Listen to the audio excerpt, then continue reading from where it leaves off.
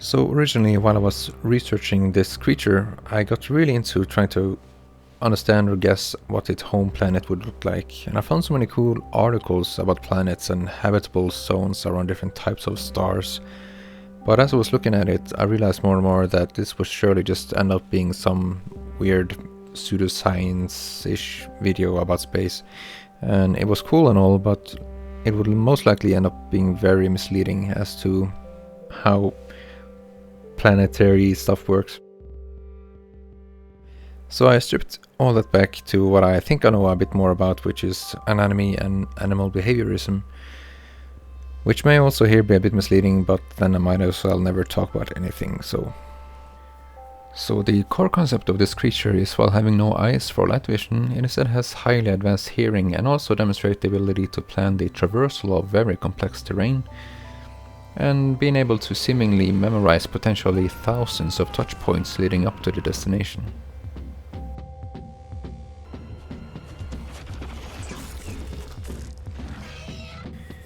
So given that it has not developed eyes but do possess extreme hearing abilities, we can make the first couple of assumptions, which is that there is very likely poor visibility around their preferred habitats.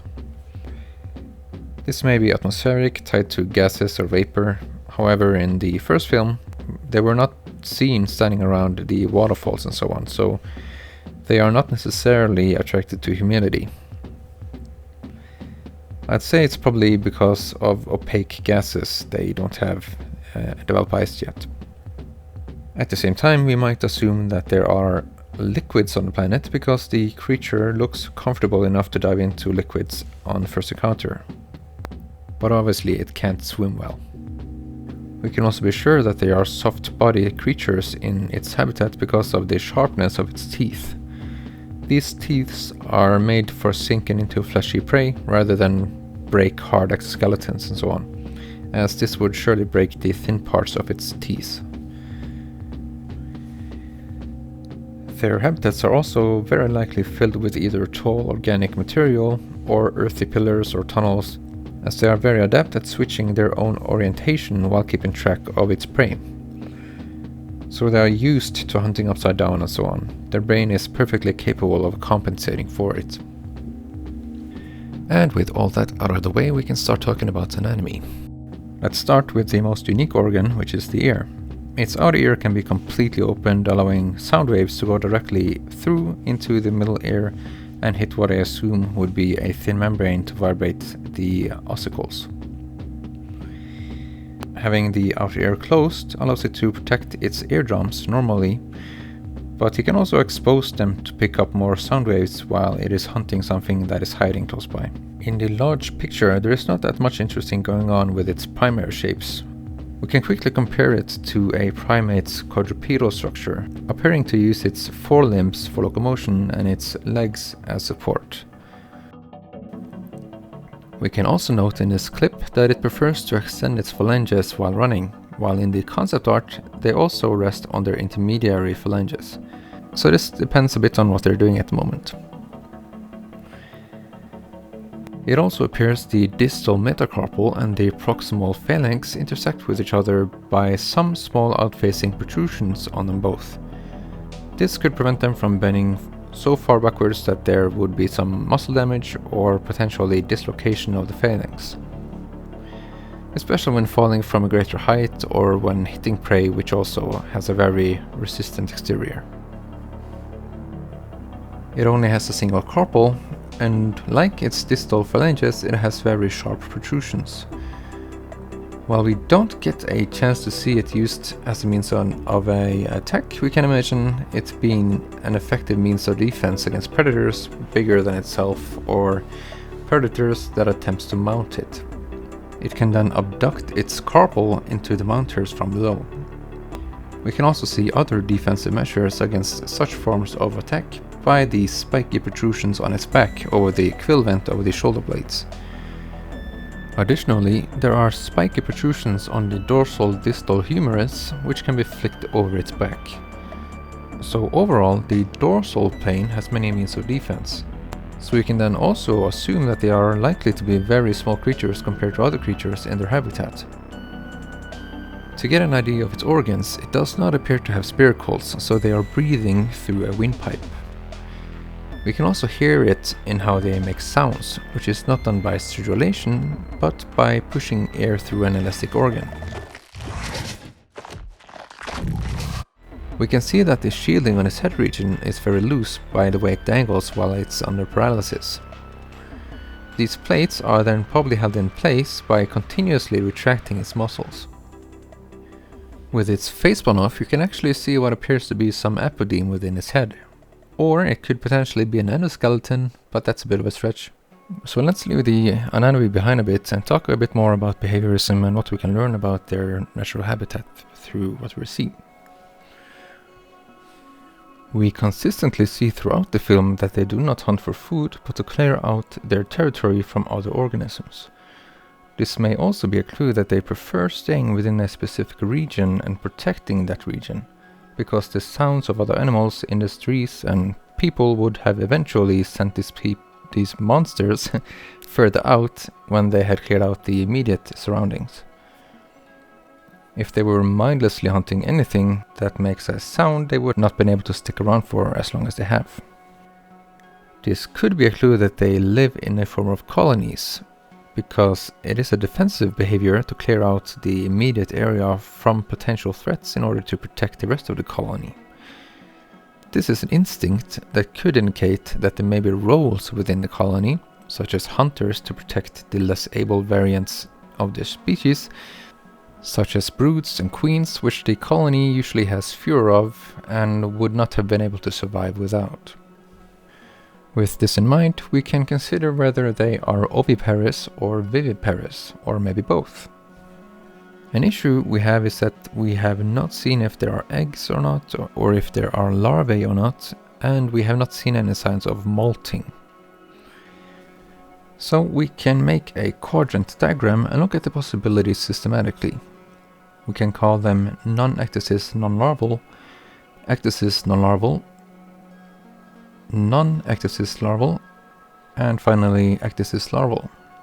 So having no larval stage and being unable to undergo ecdysis, the creature would be unable to grow past their egg size after hatching, or after live birth. We can then know for sure that the one responsible for giving birth, like the queen, will have a very different size and body structure to the hunters, as it would have to be a lot bigger to give birth to them in the first place. This could be solved by having the female reproductive organs be inflatable, like what we see with a queen termite, which, while a little bit bigger than the workers, is able to produce vast numbers because its reproductive organs is a lot bigger than its skeleton parts. So in this case, the female would either be part soft-bodied or entirely. If they don't have larval stage but then undergo ecdysis, the queen could be similar in size and body structure to the workers, since they can lay smaller eggs and then have the nymphs forms of its species grow incrementally by shedding its exoskeleton.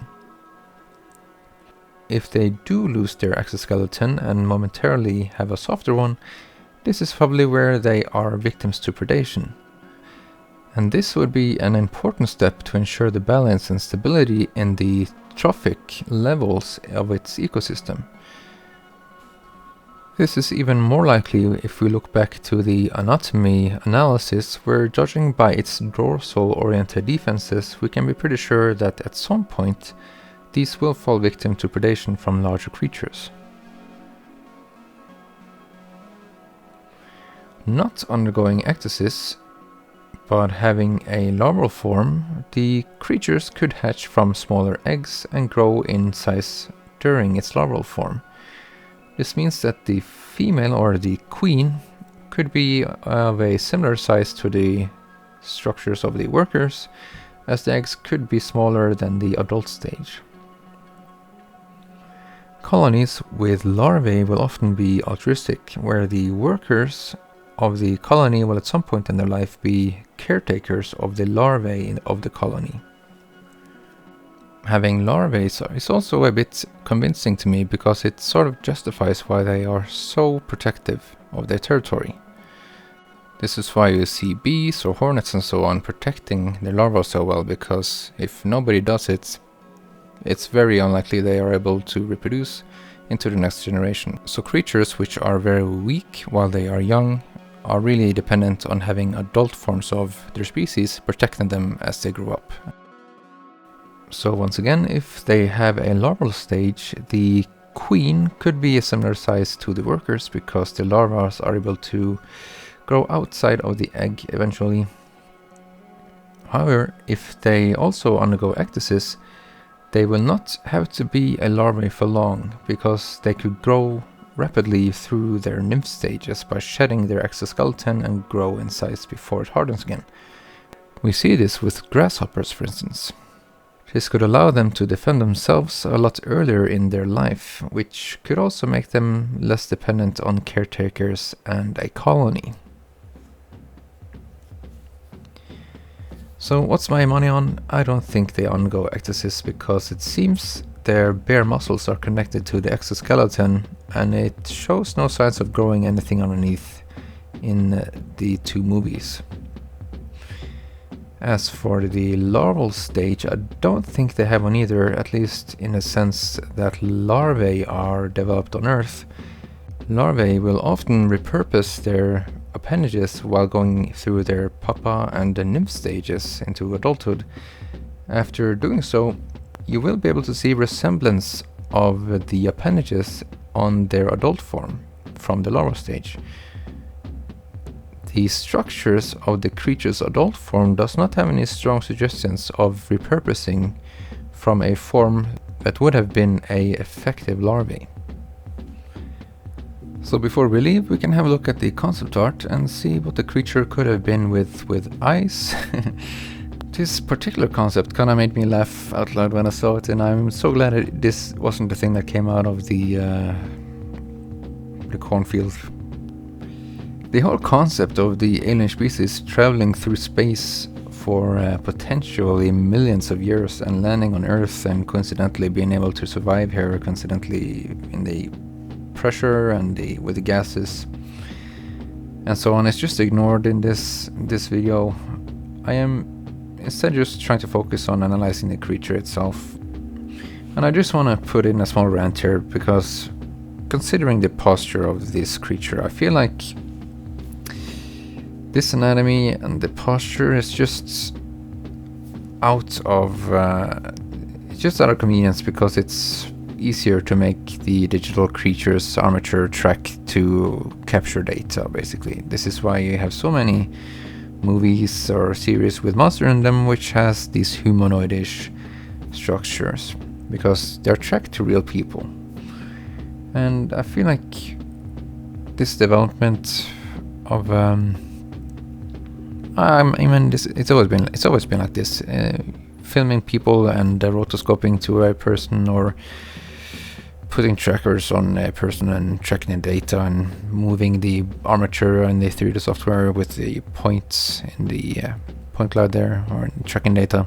There's nothing new, but it just annoys me a bit that so many creature designs are just stuck in this humanoid posture and body structure, and it just annoys me a bit. And it saves money and all that stuff, and that's cool, but it's just so frustrating that we cannot. It's very rare that we get monsters which are not these bipedals or quadruped moving creatures. Anyway, that's just my rant, and it's maybe a bit unfair to put all this on this film because there's so many films that I'm having in my head where this has been the case, but I mean, it's a cool creature anyway.